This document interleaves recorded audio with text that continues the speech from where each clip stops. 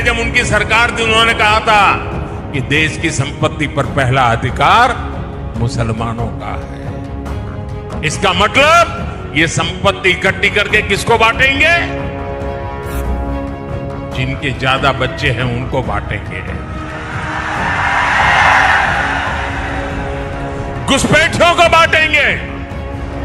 क्या आपकी मेहनत की कमाई का पैसा घुसपैठियों को दिया जाएगा? आपको मंजूर है?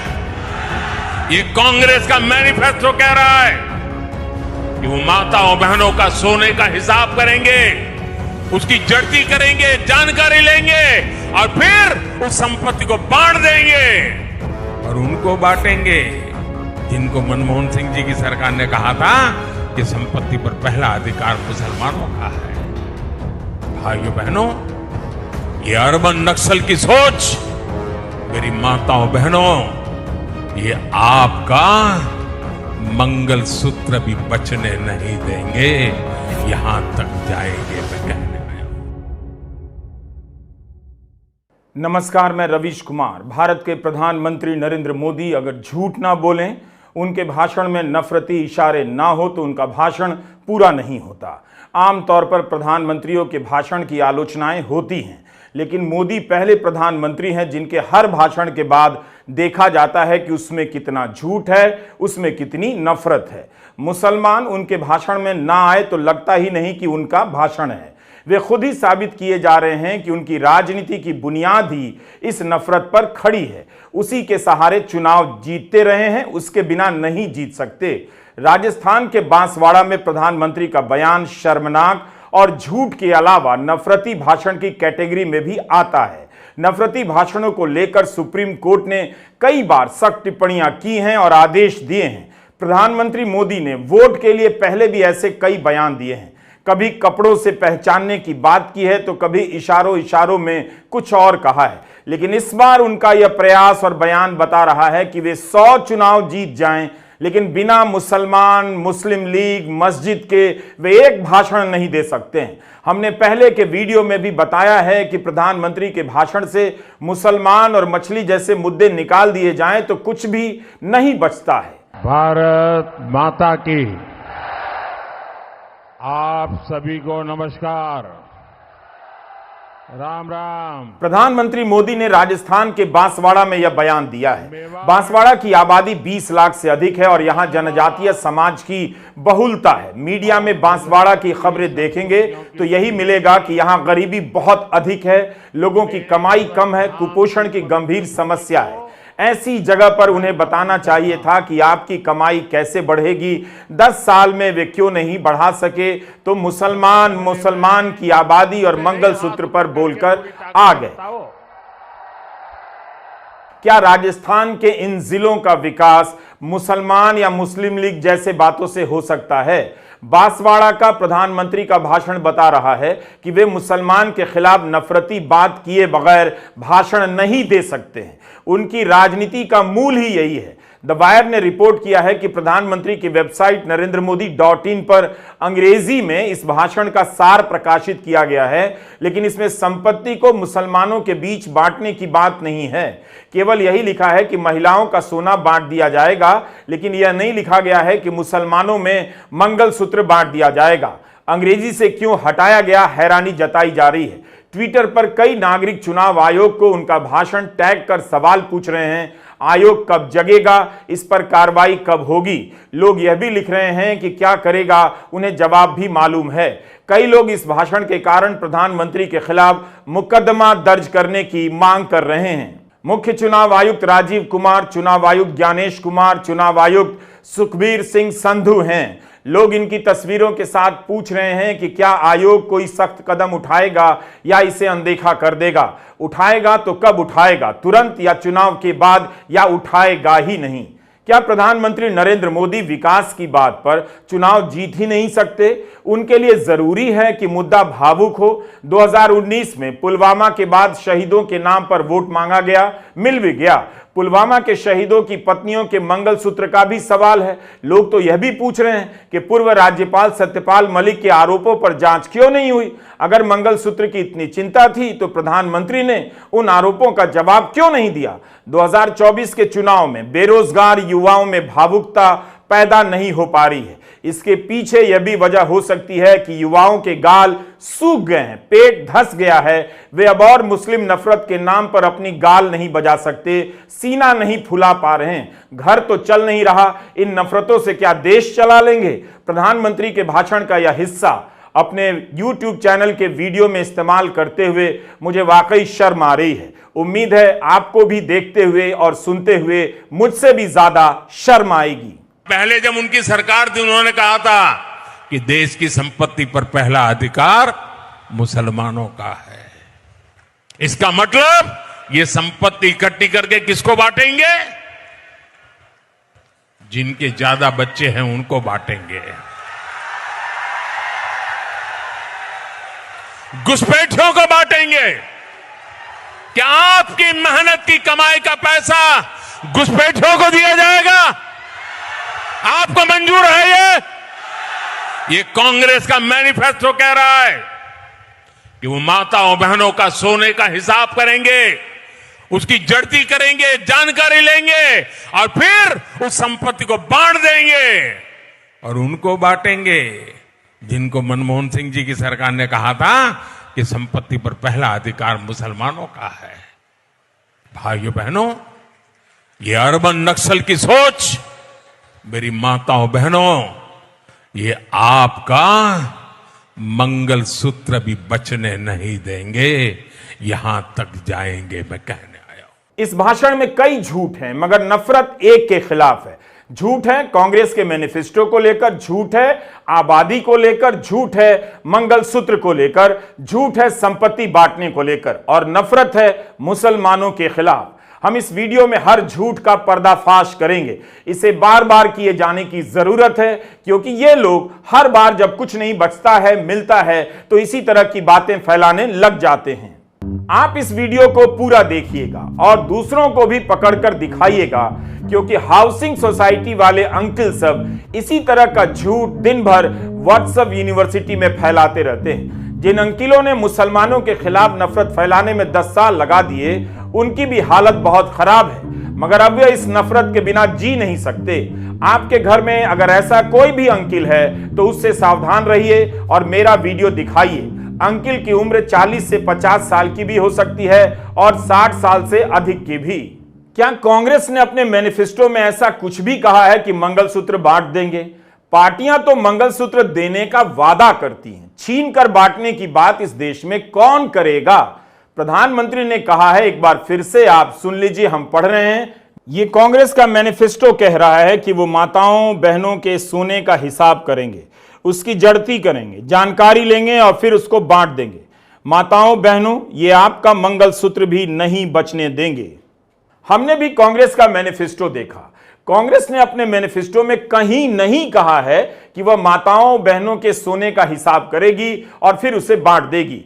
कोई भी पार्टी ऐसा नहीं कह सकती, लेकिन प्रधानमंत्री मोदी इस तरह का झूठ बोल सकते हैं। जरूर कांग्रेस ने यह वादा किया है कि गरीब महिलाओं को साल में 1 लाख रुपया दिया जाएगा। प्रधानमंत्री मोदी जानते हैं कि यह बात अगर गरीब महिलाओं तक पहुंच गई कि कांग्रेस साल में 1 लाख रुपया देगी तो उनका हिंदू वोट खत्म हो सकता है। तो जब भारत का इतना विकास हो ही गया है तो प्रधानमंत्री मोदी को भी कहना चाहिए कि वे तो कांग्रेस से भी ज्यादा देंगे, महिलाओं को 1 नहीं 2 लाख देंगे। मगर यहां वे कुछ भी देने का वादा नहीं करते, बल्कि गरीब महिलाओं के मन में मुसलमानों को लेकर डर पैदा करते हैं कि कांग्रेस उनका मंगलसूत्र लेकर मुसलमानों को दे देगी। यह आपके प्रधानमंत्री का स्तर है। हमने कांग्रेस का घोषणा पत्र ठीक से पढ़ा है, एक एक शब्द। अव्वल तो उसमें कहीं भी मुसलमान और हिंदू शब्द का जिक्र नहीं, फिर मंगलसूत्र या माताओं बहनों के सोने का हिसाब किया जाएगा उसका भी नहीं, बिल्कुल नहीं है। आप याद कीजिए नोटबंदी की खबरों को। माताओं और बहनों की मेहनत की कमाई और बचत मिट्टी हो गई। प्रधानमंत्री मोदी ने उनके वर्षों के बचाए हुए रुपयों को मिट्टी कर दिया। आज तक उन्होंने इसका अफसोस नहीं जताया, ना महिलाओं से माफी मांगी। जिस व्यक्ति की नोटबंदी ने माताओं बहनों की कमाई खत्म कर दी, परिवार का गुप्त पैसा नष्ट कर दिया, वही व्यक्ति अब उन्हीं माताओं बहनों को मुसलमान के नाम पर डरा रहा है कि कांग्रेस उनके मंगलसूत्र ले लेगी और मुसलमानों में बांट देगी। जबकि 2016 के साल में कितनी ही महिलाओं के 10,000, तो किसी के 50,000, तो किसी के लाख और किसी के इससे भी ज्यादा मिट्टी हो गए। महिलाओं की बचत खाक हो गई। प्रधानमंत्री मोदी को साफ साफ पता है कि गोदी मीडिया इस तरह से नहीं बताएगा जैसे मैं बता रहा हूं, अखबार भी नहीं छापेगा, इसलिए महिलाओं में यह सच्चाई नहीं पहुंचेगी। अखबार तो यह भी ज्यादा नहीं छापते कि कांग्रेस गरीब महिलाओं को 1 लाख रुपए देने जा रही है। उल्टा अब डर फैला दिया जाएगा कि कांग्रेस मंगलसूत्र छीनने जा रही है। पूरी तरह से झूठी बात है। देश के प्रधानमंत्री ने आज फिर झूठ बोला। एक चुनाव जीतने के लिए आप झूठ पे झूठ परोसते चले जाओगे जनता को। चलिए, आपकी गारंटियां झूठी, आपके जुमले झूठे, आपके वादे झूठे। अब देश को हिंदू मुसलमान के नाम पर आप झूठ परोस कर बांट रहे हैं।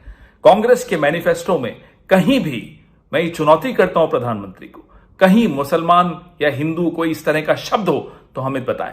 आमतौर पर कांग्रेस प्रधानमंत्री के ऐसे बयानों को हवा नहीं देती है। उसे लगता है कि मुद्दा भटक जाएगा, उनकी जाल में फंस जाएंगे। इसके बजाय कांग्रेस अपने मुद्दों पर जोर देती है। लेकिन इस बार कांग्रेस के कई नेताओं ने इस झूठ और नफरत का पुरजोर खंडन किया है। तुरंत ही सब ट्वीट करने लग गए। अभिषेक मनु सिंघवी, सलमान खुर्शीद और गुरदीप सप्पल ने इस मुद्दे पर चुनाव आयोग से मुलाकात की और कार्रवाई करने की मांग की है। कांग्रेस अध्यक्ष मल्लिकार्जुन खड़गे ने अपने भाषण में कहा है, प्रधानमंत्री मोदी से मिलने का समय मांगता हूं ताकि कांग्रेस के मैनिफेस्टो पर चर्चा कर सकें। राहुल गांधी और अन्य कांग्रेस नेताओं ने 21 अप्रैल की रात ही ट्वीट करना शुरू कर दिया। राहुल गांधी ने ट्वीट किया है कि पहले चरण के मतदान में निराशा हाथ लगने के बाद नरेंद्र मोदी के झूठ का स्तर इतना गिर गया है कि घबराकर वह अब जनता को मुद्दों से भटकाना चाहते हैं।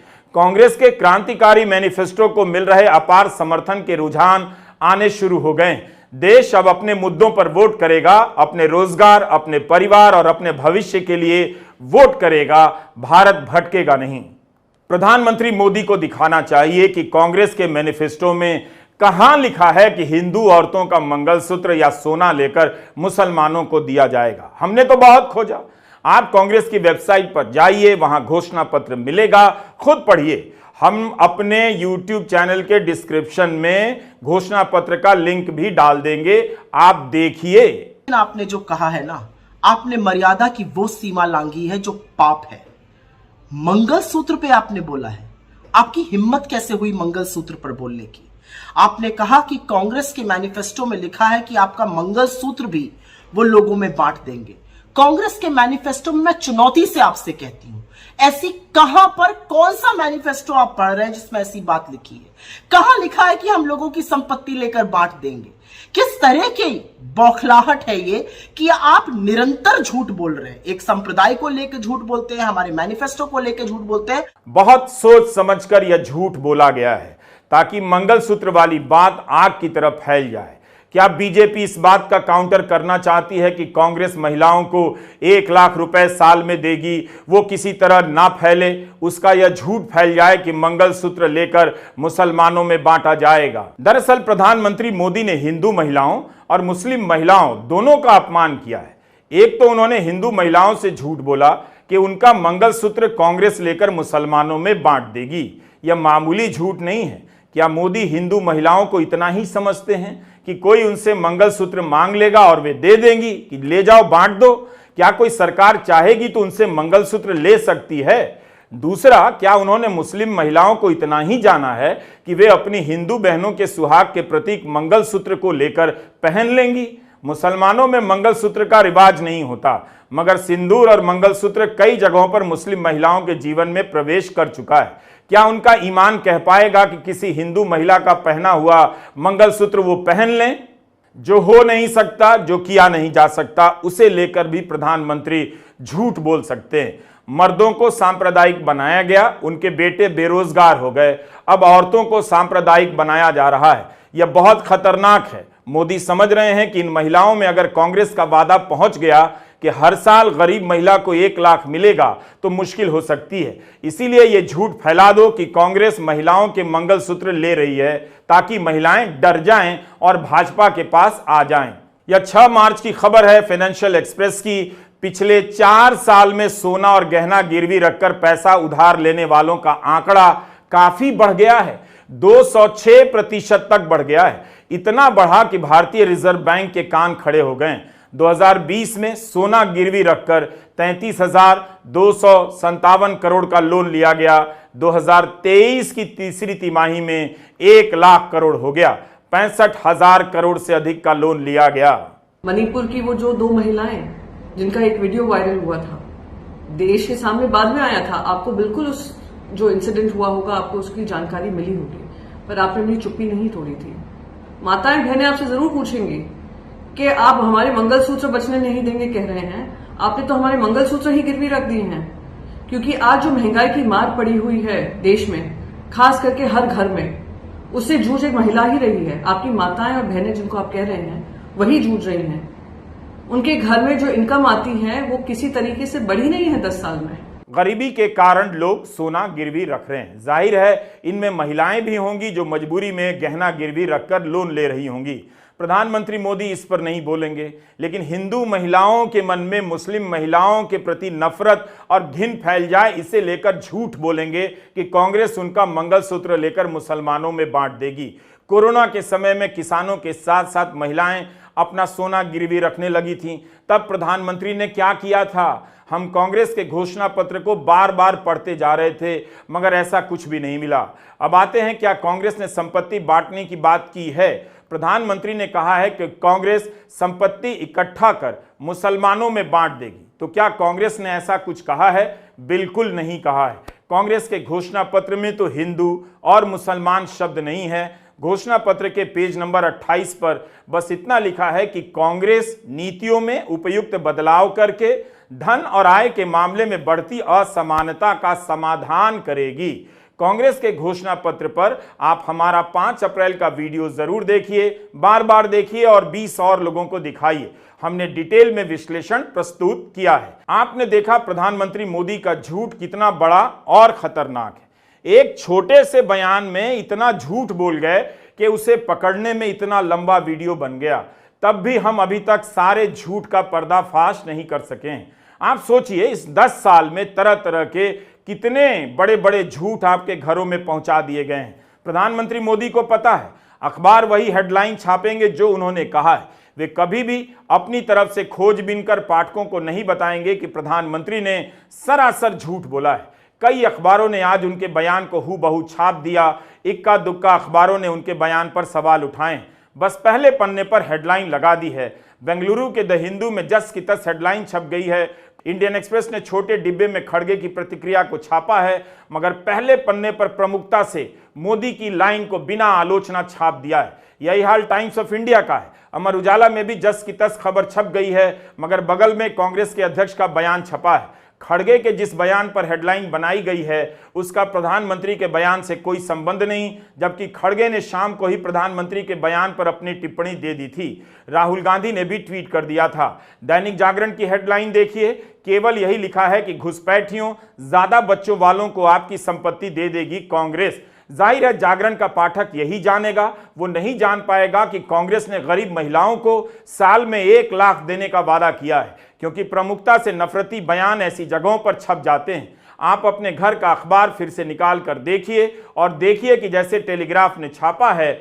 वैसे पाठकों को बताया गया है कि प्रधानमंत्री ने कैसे नफरत और झूठ का प्रसार किया है। टेलीग्राफ ने लिखा है कि प्रधानमंत्री मोदी नफरती बंटवारे की राजनीति पर आ गए हैं। टेलीग्राफ की तरह कई अखबारों ने अपने पाठकों को अलर्ट क्यों नहीं किया, सवाल पूछिए। अखबारों और चैनलों से आज समझ जाइए, वरना अब वक्त नहीं बचा है। इन्हें पढ़ पढ़ कर आपका बेटा पहले सांप्रदायिक होगा और एक दिन नफरत की चपेट में आकर दंगाई बन जाएगा। हमारा वीडियो लंबा तो होता है, मगर आप कई चीज़ों को जानते हैं, देख पाते हैं कि कैसे अखबार और गोदी मीडिया के चैनल मिलकर आपके दिलो दिमाग में नफरत भर रहे हैं। कांग्रेस ने अपने मैनिफेस्टो में कहीं नहीं लिखा है कि हमारी आपकी संपत्ति जमा कर ली जाएगी, मुसलमानों में बांट दी जाएगी। यह भी नहीं लिखा है कि गरीबों में बांट दी जाएगी। कांग्रेस ने सरकार की नीतियों को बदलने की बात कही है, ताकि गरीबों का आर्थिक विकास हो। यह बात प्रधानमंत्री को इतनी चुभ गई कि उन्होंने इसे हिंदू विरोधी रंग दे दिया। राहुल गांधी अपनी हर सभा में यह बात कहते हैं। आप सुनिए, क्या कभी वे इशारा भी करते हैं कि हम हिंदू से लेकर मुसलमान को दे देंगे? बल्कि राहुल तो बता रहे हैं कि कैसे 22 लोगों का कर्जा माफ हुआ है, अमीर ही अमीर बनता जा रहा है। आज तक हिंदुस्तान के गरीब लोगों को जो मिला है, दलितों को, पिछड़ों को, आदिवासियों को जो मिला है वो संविधान से मिला है। अगर संविधान खत्म हो जाएगा तो जो भी प्रगति हुई है, गरीबों के लिए जो भी किया गया है, वो सब बंद हो जाएगा। मैं आपको 2-3 उदाहरण देना चाहता हूं, 2-3 आंकड़े देना चाहता हूं। आज हिंदुस्तान में 22 ऐसे लोग हैं जिनके पास उतना ही धन है जितना 70 करोड़ हिंदुस्तानियों के पास है।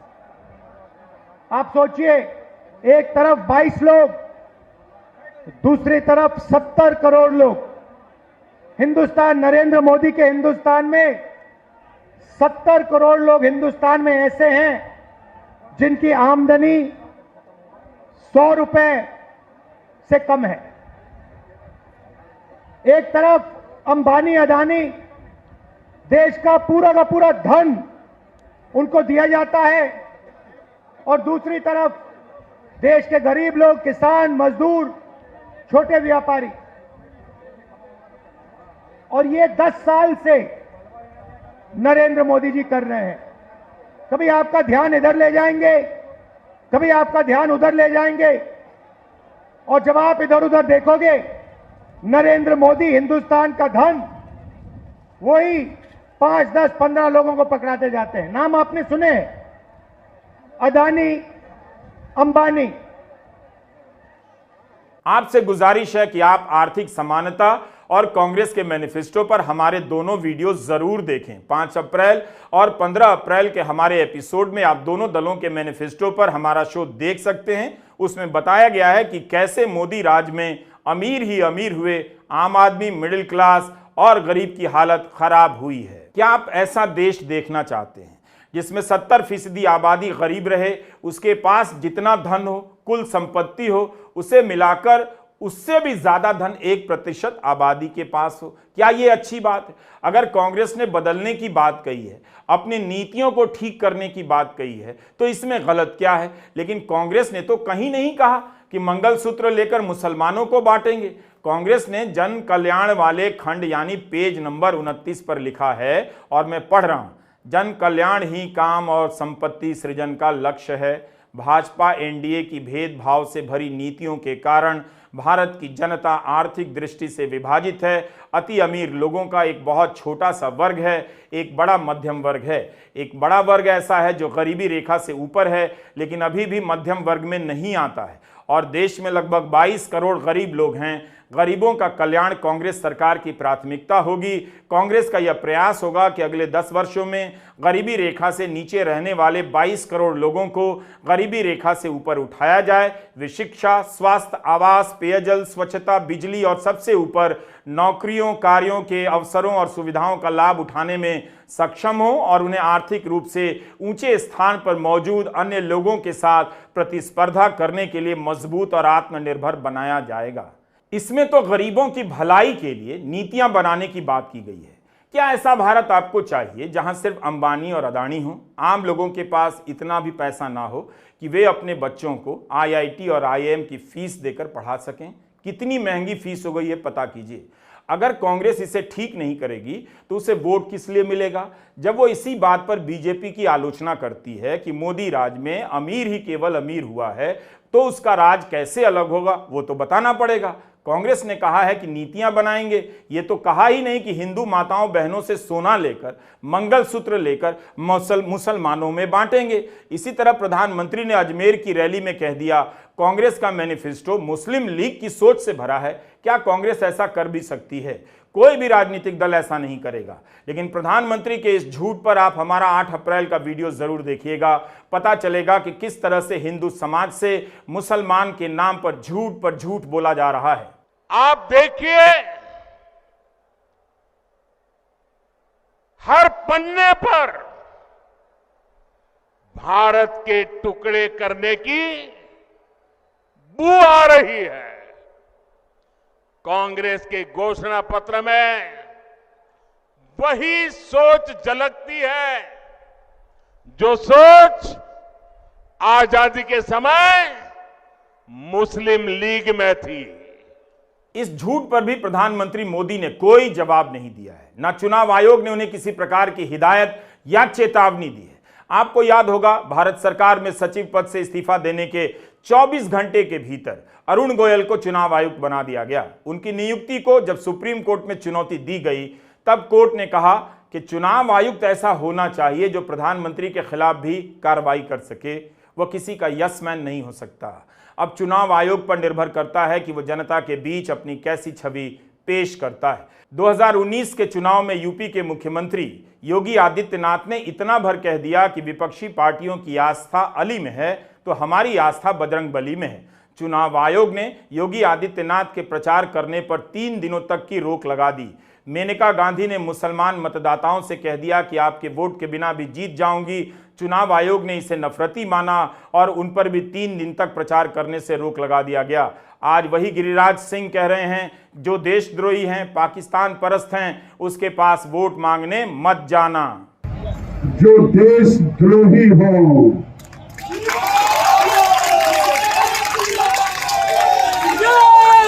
जो पाकिस्तान परस्त हो, जो भारत के खिलाफ में जहर उगलते हो, चाहे मैं कितनी बार मुझे चुनाव हारना पड़े, लेकिन उसके पास वोट मांगने मत जाना मेरे भाइयों। क्या चुनाव आयोग गिरिराज सिंह पर कार्रवाई करेगा जिस तरह की कार्रवाई मेनका गांधी और योगी आदित्यनाथ के खिलाफ हुई थी? चुनाव आयोग बताए कि उसकी मतदाता सूची में पाकिस्तान परस्त कौन है, देशद्रोही कौन है, जिससे गिरिराज सिंह देशद्रोही कह रहे हैं, वोट नहीं लेने की बात कर रहे हैं। सीपीआई के नेता शत्रुघ्न प्रसाद सिंह ने इसकी शिकायत मुख्य चुनाव आयुक्त से की है। बेगूसराय से सीपीआई के अवधेश राय उम्मीदवार हैं और बीजेपी से गिरिराज सिंह।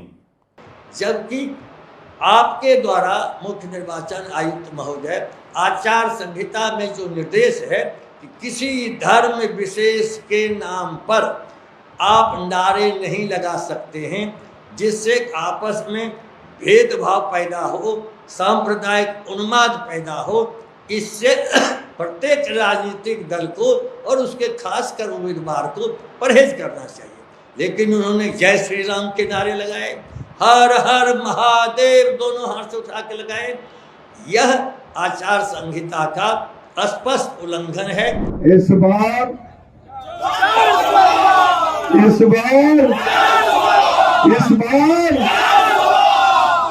एक बार कह दो जय श्री राम, जय श्री राम, हर हर महादेव। काश गिरिराज सिंह इन नारों के साथ साथ यह भी बता देते कि नारे लगाने वाले युवकों में से किसे किसे रोजगार मिल गया है, उनके संसदीय क्षेत्र में स्कूल कॉलेज की क्या हालत है, पढ़ाई का स्तर कितना बढ़ गया है। सवाल है कि मुख्य चुनाव आयुक्त कार्रवाई क्यों नहीं कर रहे हैं। जब अधिसूचना जारी हो रही थी तब तो उन्होंने धर्म के इस्तेमाल को लेकर कई सारी अच्छी बातें कही थी, अब कार्रवाई क्यों नहीं कर रहे हैं? We should inspire rather than divide. Issue-based campaign हो, hate speeches, religious speeches, private life का criticism is what is absolutely avoidable. People should be refraining from giving unverified and misleading advertisements or masquerading as an advertisement as a news. इसमें हमने editors को भी advisory issue की है। वो एक newspaper में बड़ा बड़ा ऊपर में छप जाता है कि इसकी लहर और उसकी लहर। अगर ऐसा है तो साफ साफ लिखें कि ये एडवर्टाइजमेंट है। Let it not pass through advertisement. We have issued these advisories. Now the time is during this election to go beyond advisories, take concrete action, for which in the advisories there are relevant sections of the acts which are also inbuilt. So notice is there, knowledge is there, sections are there. So please, our request is कि campaigning के दौरान please don't try to cross the red line. ये वैसे भी इसलिए जरूरी है that in this digital world जो भी एक बार मुंह से निकलता है उसका रिकॉर्ड तो 100 साल तक के लिए पैदा हो गया, वो बार बार चलता रहता है. So please avoid creating digital memory of bad words which are coming from your mouth. Please be civilized during the election. This is what is our advice. और एक बार जब लड़ाई झगड़ा होता है ना तो प्रेम का धागा टूट जाता है, और जब प्रेम का धागा टूट गया तो बड़ी मुश्किल होती है.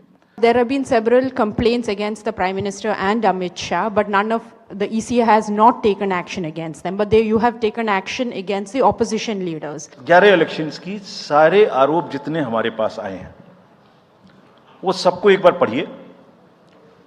सबको पढ़ने के बाद सबके नोटिसेस देखिए जो हमने दिए हैं. उसमें जहां जहां कोई भी वायलेशन एस्टेब्लिश होता हो उस नोटिस के बाद जवाब आने के बाद भी हमने ऐसा नहीं है सब में कार्रवाई की है.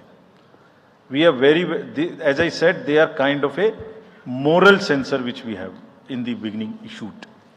और जिस किसी के भी खिलाफ में अगर कहीं भी कोई केस बनेगा, however high star campaigner he or she may be, we will not sit back, we will take action.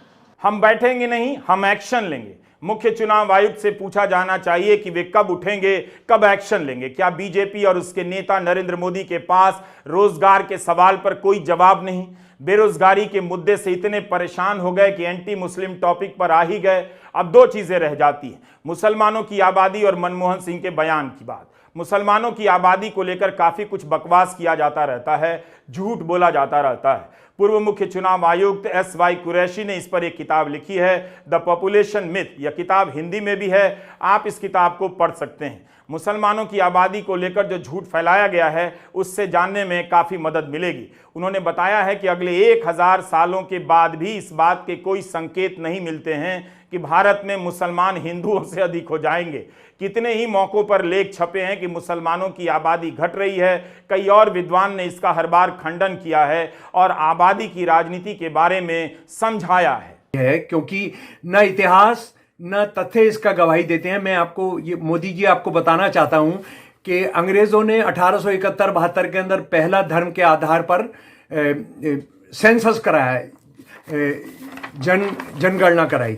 उस जनगणना के हिसाब से भारत में हिंदू और सिखों की जनसंख्या 14 करोड़ 50 लाख थी, जो भारत की पूरी आबादी का 73.5% था. मुसलमान आबादी 4 करोड़ 7 लाख थी, 4 करोड़ 7 लाख 50 हजार थी, जो 21.5% था, और 5% बौद्ध जैन इत्यादि थे.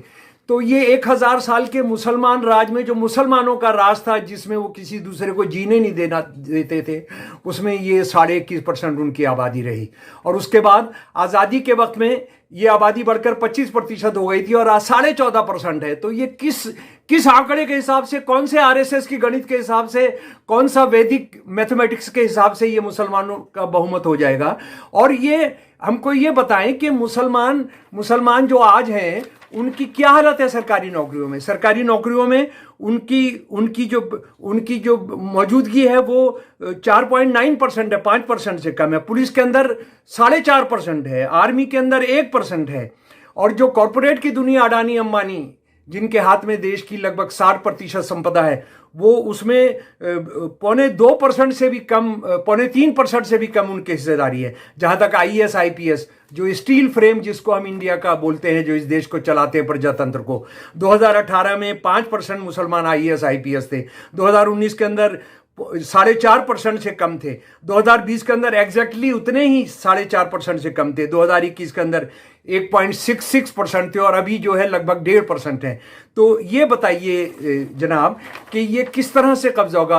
क्या आप जानते हैं कि 2021 में ही जनगणना होनी थी, मगर मोदी सरकार अभी तक जनगणना नहीं करा सकी है? यह इस सरकार की सबसे बड़ी नाकामियों में से एक है. आज ही कांग्रेस के महासचिव जयराम रमेश ने कहा है कि प्रधानमंत्री जहरीली भाषा में दुनिया भर की बातें बोलते हैं. उन्हें एक सीधे से सवाल का जवाब भी देना चाहिए कि 1951 से हर 10 साल के बाद जनगणना होती आ रही है. इससे अनुसूचित जाति, अनुसूचित जनजाति की आबादी का वास्तविक डेटा सामने आता है. इसे 2021 में कराया जाना चाहिए था, लेकिन आज तक किया नहीं गया. इस पर प्रधानमंत्री चुप क्यों हैं? यह बाबा साहब अम्बेडकर के संविधान को खत्म करने की साजिश है. कांग्रेस के मैनिफेस्टो में बिल्कुल जातिगत जनगणना की बात है और हम डंके की चोट पर कहते हैं कि पिछड़े, दलितों, वंचितों, शोषितों, आदिवासियों के साथ साथ सामान्य वर्ग के, सामान्य कास्ट के, ठाकुर ब्राह्मण जैसी कास्ट के भी उन गरीब लोगों के साथ न्याय होना चाहिए जो समाज के हाशिए पर है। पत्रकार सुप्रिया शर्मा और श्रीनिवासन जैन ने एक किताब लिखी है, लव जिहाद एंड अदर फिक्शंस। इस किताब में उन्होंने लव जिहाद की बोगस थ्योरी का पर्दाफाश किया है। सुप्रिया और श्रीनिवासन ने इस बारे में एक वीडियो भी बनाया है, आप इसे देख सकते हैं। श्रीनिवासन जैन बता रहे हैं कि कैसे मुसलमानों में आबादी के कम होने की रफ्तार हिंदुओं से भी अधिक है। आइए अगले 3 मिनटों में आपको बताते हैं पॉपुलेशन जिहाद का सच। आजादी के बाद बीते 7 दशकों में हिंदुओं की जनसंख्या 85% से गिरकर 80% से नीचे गिर गई है, जबकि मुसलमानों की संख्या 10% से बढ़कर 14% हो गई है। मुसलमानों का फर्टिलिटी रेट यानी प्रजनन दर भी हिंदुओं से ज्यादा है, यानी मुसलमान ज्यादा बच्चे पैदा कर रहे हैं और हिंदू कम। तो क्या इसका मतलब हिंदुत्ववादी संगठनों का दावा सही है? जी नहीं। सही तस्वीर के लिए हमें कुछ दशक पीछे जाने पड़ेंगे। पिछले 2 बार की जनगणना के मुताबिक सभी धर्मों से जुड़े लोगों का वृद्धि दर यानी ग्रोथ रेट गिर रहा है। जहां हिंदू जनसंख्या का ग्रोथ रेट लगभग 20% से घटकर करीब 17% तक आ गया है, वहीं मुसलमानों का ग्रोथ रेट 36% से घटकर 25% तक गिर गया है। अगर फर्टिलिटी रेट को भी देखें तो हिंदू और मुसलमानों के बीच का अंतर लगातार कम होता जा रहा है। दरअसल मुस्लिम फर्टिलिटी रेट हिंदुओं की तुलना ज्यादा तेजी से घटती जा रही है। बस इतना ही नहीं, मुसलमानों में फैमिली प्लानिंग के तरीकों में भी सुधार आ रहा है। मुस्लिम औरतों में गर्भ निरोधन का इस्तेमाल 90 के दौर के अंत में 37% से बढ़कर 2021 तक 60% हो गया है। इन तथ्यों के आधार पर सभी प्रमुख जनसंख्या एक्सपर्ट्स का मानना है कि मुसलमानों की आबादी कभी भी हिंदुओं की आबादी से आगे नहीं निकल सकती।